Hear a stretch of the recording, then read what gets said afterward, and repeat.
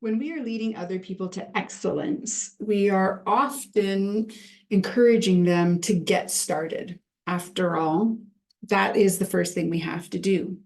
If we want to achieve anything, we have to take that first step.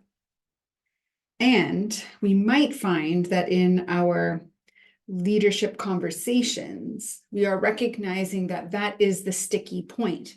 The other person is having a hard time even getting started. And so we end up talking sort of in circles with them around it.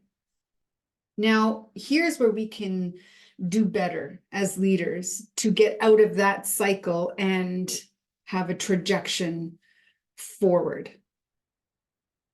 When someone pushes back, and in essence they're revealing to you what they want to avoid, they're expressing what they're afraid of. And they might not use the words fear or afraid or scared or worried or concerned. They might not use those words. However, your listening skills would help you to hear between the things that they are saying so that you can extract meaning. And you can, in the extraction, get underneath the psychology of what might be holding them back. And oftentimes, this is when, as a leader, we want to then tell the person all of the optimistic, positive things at the end of that rainbow, if only they would take that first step. And while that person might even logically get it and say, okay, they still remain stuck. They don't take the step.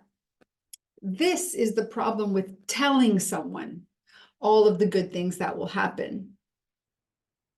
So instead of telling, we have to keep asking.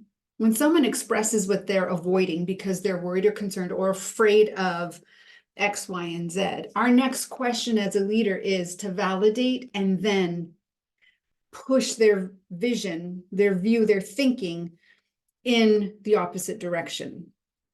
It sounds like this: that may all be true. And what else could be true? What else could happen?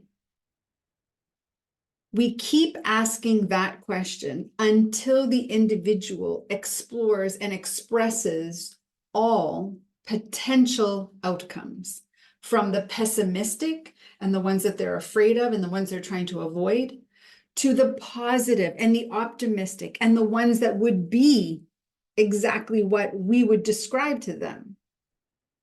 However, in the not describing it and allowing them to generate the thinking around it, it comes from within them. And when it comes from within them, there is a tendency, a deeper tendency, to believe that it's possible.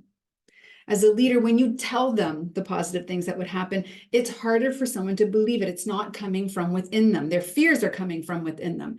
So we have to help them to generate the thinking around all of the optimistic and positive things that could also happen. Generate it within them, and then you've got a better chance of getting them out of the cycle and moving forward.